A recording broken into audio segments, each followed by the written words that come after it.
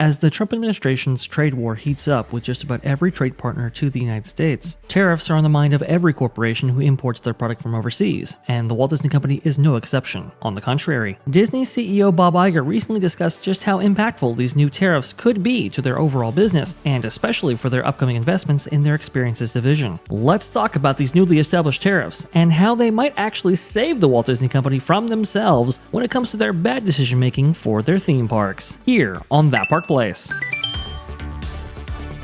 We like to talk about theme parks, but this is one of those instances where as CEOs just can't help themselves. They want to comment on politics. And so therefore, Bob Iger is out there talking about a terrific situation. And I mean tariff is in TARIFFIC. Anyways, yeah, I hope you all get my joke. Bob Iger warns about impact of Trump's tariff in surprise stop at ABC News staff meeting. Oh, it's so good of him to stop over there at ABC News to bless all the little people there with his presence, to let them know what his thoughts are on the Trump tariffs. Will the Trump tariffs actually affect the Disney company? Yeah, I think they will, but I'm going to tell you why I might like these tariffs more than just any other economic policy. And Vash, I think you might have some additional commentary here. This story is from April 4th, which is a little bit a ways ago since from the recording of this right here. This by Alexandra Steigrad. Disney boss Bob Iger made a surprise appearance at ABC News's daily editorial meeting and reportedly weighed in on the impact of President Trump's tariffs. The impact that President Trump's tariffs will likely have on the media giant and the economy. Iger, who often stops by the Disney-owned broadcaster when he's in New York, expressed concerns that relocating overseas manufacturing to the U.S. speedily is no easy task, according to a report from The Status newsletter. Now, it's interesting to me. I had always assumed that they imported talking points and marching orders in their bootlicking. Those came from China, not necessarily any actual tangible goods. Maybe I'm wrong about that. Maybe most of their goods are actually manufactured in China. They're, consumer products, as they were. Bash, what does Disney make in China? I mean, they work with partners in China to make basically everything that is sold via the Walt Disney Company, at least for the Disney Store and consumer products and so forth. I mean, pretty much everything comes out of China nowadays. Also, too, box office receipts used to come out of China. Well, now, at least the Chinese, that is, hasn't really been supporting any of their films. So we don't have to worry about that, I suppose. Yeah, that's true. That's true. And I honestly, if China does a 100% ban on U.S. movies, first of all, that's not really that much money when it comes down to it. Companies like Disney love to be able to say that they made a lot of money over in China because they're more worried about the headline on the movie side than they are about how much money actually comes over. The movie division, and we're going to talk about this more in just a few minutes, is abysmal at Disney. But even when it's running on full cylinders, it's not really that profitable for Disney. So sorry to interrupt. I got excited. Absolutely. And I think, I remember Bob Chapek's comments. Do you remember this, Jonas? Bob Chapek's comments back in the day when I believe the second Doctor Strange movie came out. Maybe it was like the Q2 or Q3 earnings call for that year. I can't remember.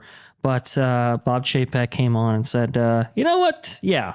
I think somebody asked him about China and the issues there. He's like, look, we can do very well without China. And I believe that film did achieve $1 billion at the box office with a very limited run, if a run at all, in China. So again, there were some, the predecessor or successor, depending on how you look at it, for Bob Iger that were maybe uninterested in continuing that relationship.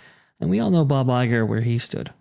Yeah, well, the other thing is that it affects the production of movies. Like Mulan is a great example where it was filmed in a province, and I'm not going to say the full thing about what went wrong and who got thanked in the credits of Mulan, but there's an ongoing rumor that the party over there actually took part in the writing of that movie. Or you get things like the Red Dawn remake, which, not exactly a great movie, but they neutered the movie and changed it in order to appease China.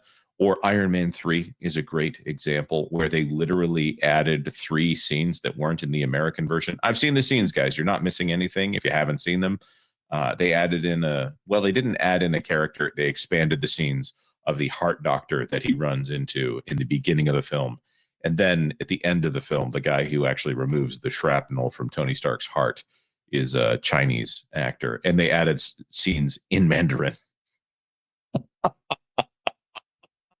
That movie didn't do that well in China. China saw right through it. So I think this is something where the movie aspect bugs me because we could be getting better movies. We will never get a Rocky IV under a circumstance where movie studios are trying to appease China. Rocky IV being, of course, the ultimate 80s movie, in my opinion, the most 1980s of the 1980s films. I'm not saying it's the best film of the 1980s. I'm saying it's the most 1980s film.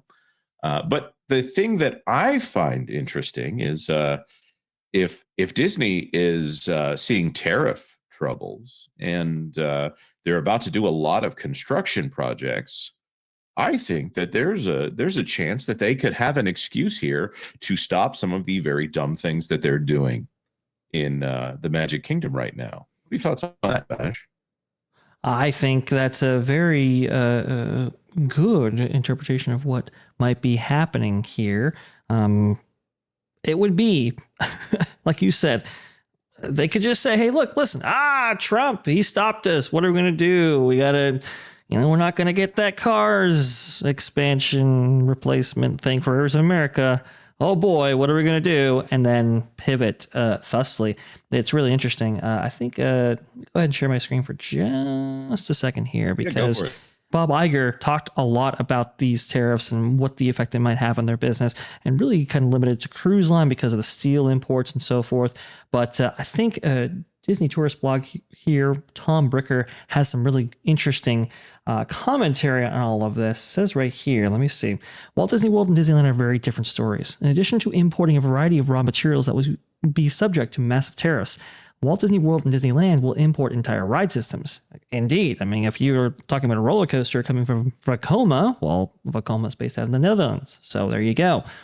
To the best of my knowledge, all of the major roller coaster manufacturers are based in Europe. Disney cannot and will not simply pivot to an American manufacturer that does not even exist or make the ride systems themselves. Well, Rocky Mountain Construction, they exist in the United States. That's just one.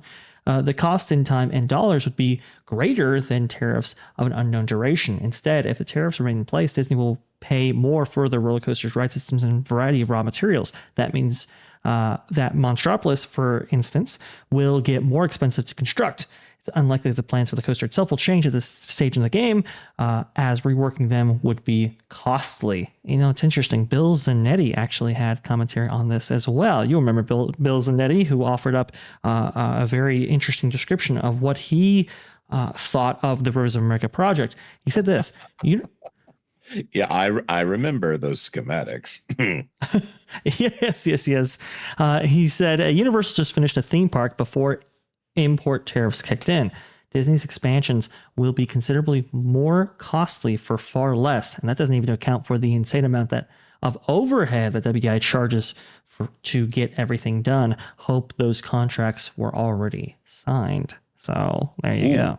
Ooh, there you go. Well, that is something that we've known about for some time, is that Disney will fly by the seat of their pants. They'll announce and then start moving. It's not a great idea. They would. Okay, I'll give you for instance right now. So Disney could go ahead and start doing what they're doing. I'm reminded of the 6 years that it took for them to build Celebration Gardens and all of that, and the walls that were up at Epcot for half a decade. So Disney not having everything that they need. By the way, I think the tariff situation is probably temporary, but that's a political take from me that you can either throw away or take to the bank at your own peril here. If the tariffs actually affected this, and Disney might go ahead and take advantage because they know the backlash that they're getting right now for Rivers of America. And also the speculation, which we'll talk about later, about whether or not they would want to pivot and do a fifth gate, because I don't think the Cars land and the Villains land is really doing it for them the way that that level of investment should. More on that later. I see this as something where if they continue and they go ahead start deconstruction of the rivers of America, draining them and filling them in. We've seen pictures of that and what that looks like in the past, because they have to refinish the basin in there on occasion.